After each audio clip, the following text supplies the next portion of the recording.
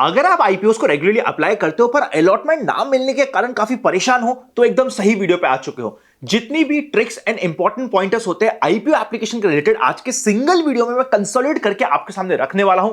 काफी important video होने वाला है, सेव करके रख लीजिएगा, लाइक अभी से ही कर दीजिएगा। चलिए शुरू करते हैं, सीधे मुद्दे की बात पे आते हैं। देखिए, सबसे पहले आईपीओ आपके सामने दो तरीके के होते हैं। पहले मैं मेन बोर्ड आईपीओ की बात कर लेता हूं, जो एक बड़ा आईपीओ होता है, मेन बोर्ड पे आता है, उसके रिलेटेड पॉइंटर्स को डिस्कस कर लेता हूं। किसी भी मेन बोर्ड आईपीओ में आपके सामने तीन कैटेगरीज आती है, retail, HNI small, HNI big. Retail category 15,000 से लेकर 2 लाख के नीचे नीचे की होती है। आपको सिर्फ 15,000 की हम बोलते हैं क्योंकि कोई भी अच्छे आईपीओ में रिटेल कैटेगरी अच्छा खासा ओवर सब्सक्राइब होता है, तो जितना मिनिमम लॉट होता है, यानी कि एक लॉट जो मिनिमम लॉट होता है उससे ज्यादा अप्लाई करने में कोई फर्क नहीं पड़ता, करना भी नहीं चाहिए। सेकेंड होती है एचएनआई स्मॉल, जिसमें 2 लाख की एप्लीकेशन लगती है। थर्ड होती है एचएनआई बिग, जिसमें 10 लाख के जस्ट ऊपर की कोई भी एप्लीकेशन लग जाती है, वो एचएनआई बिग हो जाती है। किसी भी मेन बोर्ड आईपीओ में जितना उस पर्टिकुलर साइज के लिए, सपोज करते हैं आप एचएनआई बिग लगाना चाहते हैं तो 10 लाख की एप्लीकेशन आ रही है, 10 लाख 1,000 आ रही है, तो 10 लाख 1,000 से ऊपर अप्लाई करने का कोई यूज नहीं होता क्योंकि ओवर सब्सक्राइब होगा, आपका कंसिडर सिर्फ 10 लाख 1,000 ही किया जाएगा। तो ये होता है सबसे पहला इंपॉर्टेंट पॉइंट। अगर मेन बोर्ड आईपीओ है, सबसे अच्छी कैटेगरी होती है एचएनआई बिग की, अगर आपके पास पैसा है तो। देखिए, सपोज करते हैं, जो मैं आपको मैट्रिक्स बता रहा हूं, यूजुअली ऐसा ही कुछ मैट्रिक्स लगता है किसी भी अच्छे आईपीओ में।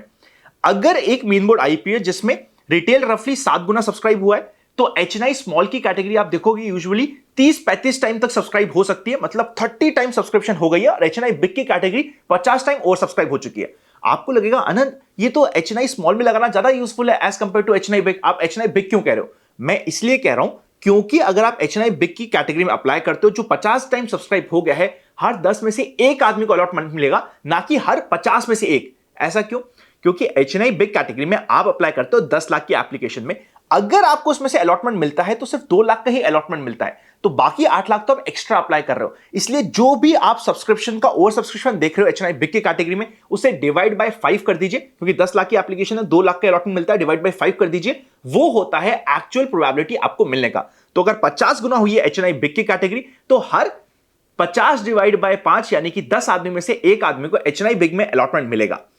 एचएनआई स्मॉल में अगर वो 30 गुना हुआ है, 30 गुना होने में हर 30 में से एक आदमी को मिलेगा, तो एचएनआई स्मॉल कैटेगरी सबसे वर्स्ट कैटेगरी होती है। और इसी कैटेगरी में मेजॉरिटी रिटेलर्स पैसा लगाते हैं, क्योंकि उनके पास 2-3 लाख रुपए तो है पर 10 लाख से ऊपर भी नहीं लगाने के लिए। तो वो सोचते हैं चल किसी में 4 लाख लगा दिया, किसी में 5 लाख लगा दिया, किसी में 7 लाख लगा दिया, कोई फायदा नहीं होगा। एचएनआई स्मॉल की कैटेगरी आपकी सबसे वर्स्ट कैटेगरी होती है। जितने भी मैं आईपीओ इन्वेस्टर से मिलता हूं, वो यही गलती करते हैं कि एचएनआई स्मॉल में लगाते हैं, फिर बाद में बोलते हैं अलॉटमेंट नहीं मिल रहा। भैया, मिलेगा भी नहीं। तो एचएनआई स्मॉल की कैटेगरी को अवॉइड कीजिए, पूरा भारत एचएनआई स्मॉल में ही लगाता है।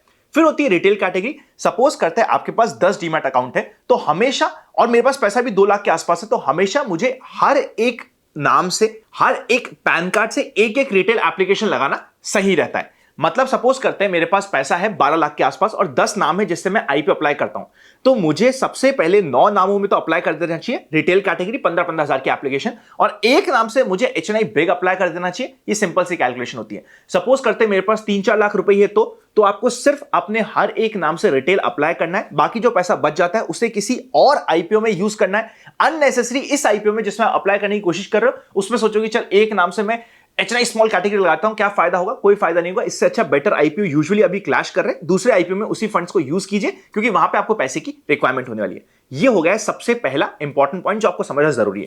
सेकंड, अभी एक बहुत अच्छा आईपीओ आया था, बजाज हाउसिंग फाइनेंस का आईपीओ। उसमें आप शॉक हो जाओगे कितनी एप्लीकेशन रिजेक्ट हुई है। 50 लाख के आसपास की एप्लीकेशन रिजेक्ट हुई है, बिकॉज लोगों ने एप्लीकेशन ही गलत फाइल करी।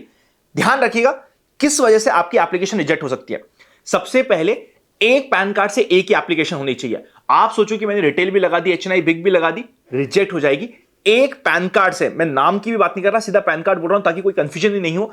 एक पैन कार्ड से सिर्फ एक एप्लीकेशन। सपोज करते हैं मेरा नाम है अनंत लड्डा, मैंने जीरोधा में भी डीमैट खोल रखा है, एंजल में भी खोल रखा है, मैंने सोचा चल दोनों से लगाता हूं, क्या फर्क पड़ता है?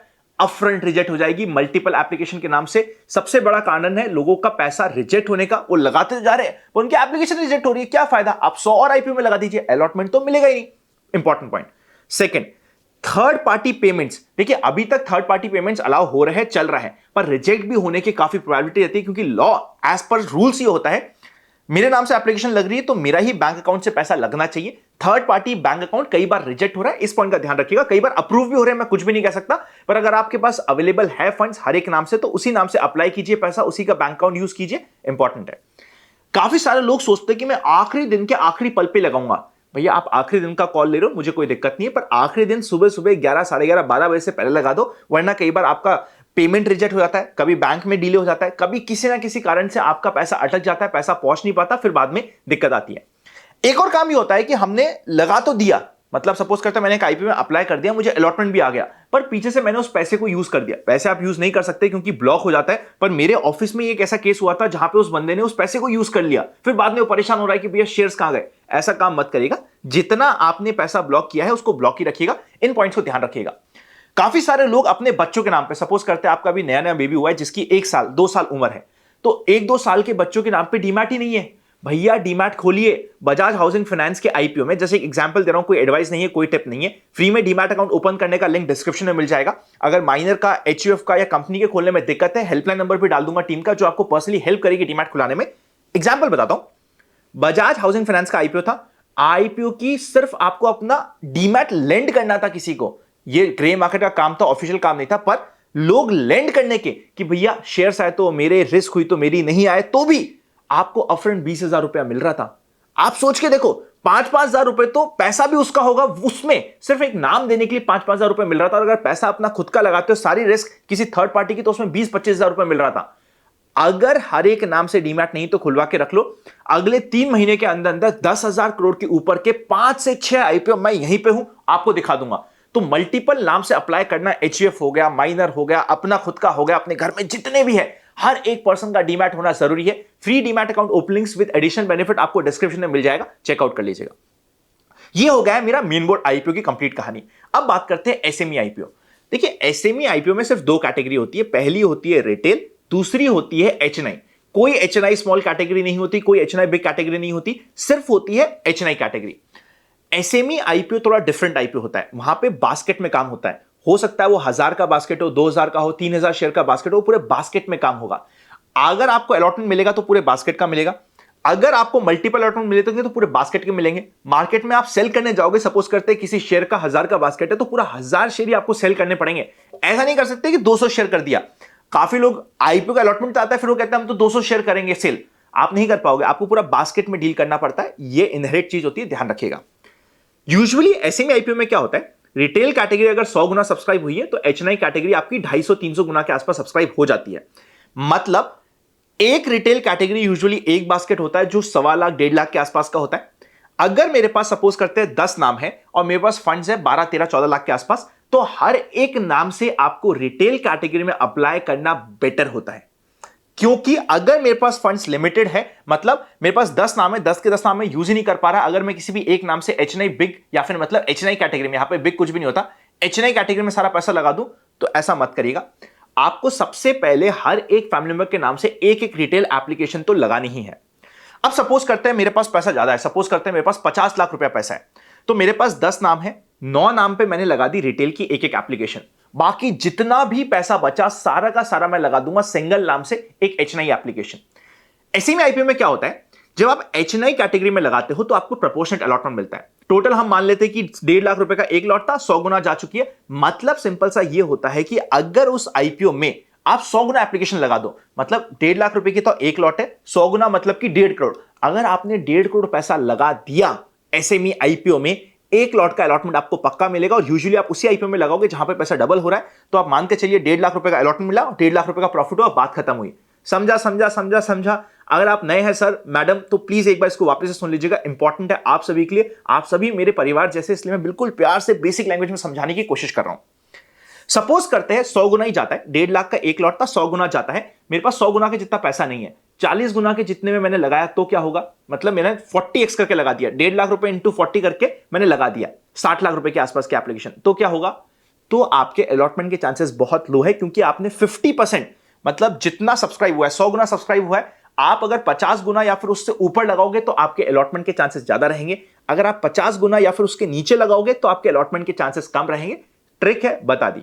एसएमई में अलॉटमेंट कैसे होता है, ध्यान से समझिएगा, बेसिक मिस्टेक आप नहीं कर रहे, आप प्रॉपर्ली एक पैन से एक ही एप्लीकेशन लगा रहे हो। आप डिटेल्स प्रॉपर्ली सही डाल रहे हो, एक भी डिटेल्स आपने गलत पंच आउट करी, चाहे वो आपका डीमैट अकाउंट हो, अगर आप आजबा एप्लीकेशन लगा रहे हो, या किसी भी प्रकार का आपने अपने यूपीआई की गलत आईडी डाल दी, ये कुछ भी मस्ती हुई तो आपको अलॉटमेंट नहीं मिलेगा, एप्लीकेशन कैंसिल हो जाएगी। वो तो मैं एज्यूम कर रहा हूं। उसके बाद एसएमई में अलॉटमेंट कैसा होता है, ध्यान से समझिएगा। सपोज करते हैं 100 गुना हुआ है एचएनआई की कैटेगरी, आपने अप्लाई कर दिया है 70 गुना, तो आप तो अकेले होंगे नहीं जिसने 70 गुना अप्लाई किया है। जितने भी लोगों ने 70 गुना में अप्लाई किया है उनकी एप्लीकेशन को मिक्स कर लिया जाएगा, मिला लिया जाएगा। सपोज करते हैं 10 एप्लीकेशन आई है 70 गुना पे, 10 एप्लीकेशन को मिक्स कर लिया, फिर उसमें से आपको प्रोपोर्शनल अलॉटमेंट मिलेगा। मतलब रफली 10 में से 7 आदमी को, क्योंकि 70 गुना आपने अप्लाई किया, 100 गुना हुआ है, 10 में से 7 आदमी को वहां पे अलॉटमेंट एक लॉट का मिल जाएगा। सपोज करते हैं कोई आईपीओ 100 गुना हुआ है और आपके पास बहुत पैसा है, आप बहुत अमीर हो। सबसे पहले अगर बहुत अमीर हो तो कमेंट में डाल दीजिएगा अपनी ये बात कि हाँ भैया बहुत पैसा है अपने पास। अगर 100 गुना हुआ है तो 1.5 करोड़ होता है 100 गुना, आपने 5 करोड़ की एप्लीकेशन लगा दी, तो आपको 2 से 3 लॉट तो अलॉटमेंट पक्का मिलेगा। इस चीज को ध्यान रखिएगा, प्रोपोर्शनल अलॉटमेंट का केस होता है। अगर आप में से कुछ लोग ये सोच रहे हो कि मैं इंटरेस्ट पे पैसा ले लूं, इंटरेस्ट पे पैसा लेके जो मेरी ओडी चल रही है उसको पैसा को मैं यहां पे यूज कर लूं, तो कैलकुलेशन आप कर लीजिएगा। यूजुअली अगर किसी भी आईपीओ में 60% के ऊपर का लिस्टिंग इनकी एक्सपेक्टेशंस है, वो आईपीओ 200 गुना से आसपास, बिलो 300-400 टाइम्स हो रहा है, और आप रेगुलरली ये उधार पे पैसा लेके भी अप्लाई कर रहे हो, मतलब जो ओडी वाला पैसा है, तब भी आपका इंटरेस्ट के साथ अच्छा प्रॉफिट निकल जाएगा। पर अगर कोई आईपीओ जो 400-500 गुना से ज्यादा सब्सक्राइब हो रहा है, तो ये इंटरेस्ट की कैलकुलेशन थोड़ी सी बिगड़ जाती है। एसएमई आईपीओ और मेन बोर्ड आईपीओ में लिस्टिंग की भी स्ट्रैटेजी अलग होती है। देखिए लिस्टिंग पे कैसे यूज किया जाता है उसकी भी स्ट्रैटेजी अलग होती है। आज का ये वीडियो इस चीज के ऊपर नहीं है, पर अगर आप चाहते हो कि लिस्टिंग पे क्या स्ट्रैटेजी होनी चाहिए तो मुझे कमेंट कर दीजिएगा। डीमैट अकाउंट अगर अभी तक आपके पास नहीं है तो डिस्क्रिप्शन और पिन कमेंट में आपको फ्री डीमैट अकाउंट ओपनिंग्स मिल जाएंगे। म्यूचुअल फंड्स में हमारी टीम की हेल्प की रिक्वायरमेंट है, डिस्क्रिप्शन को चेकआउट कर लीजिएगा। Open for all free Telegram channel join नहीं किया तो डिस्क्रिप्शन में लिंक है, फ्रॉड चैनल से बचकर रहिएगा, हजारों फ्रॉड चैनल है। ओरिजिनल चैनल का लिंक डिस्क्रिप्शन में मिल जाएगा, ज्वाइन कर लीजिएगा, वहां पे मैं अपडेट करता रहता हूं। आई होप ये एग्जॉस्टिव वीडियो आपको मजा आया होगा। Happy learning and I will see you very soon.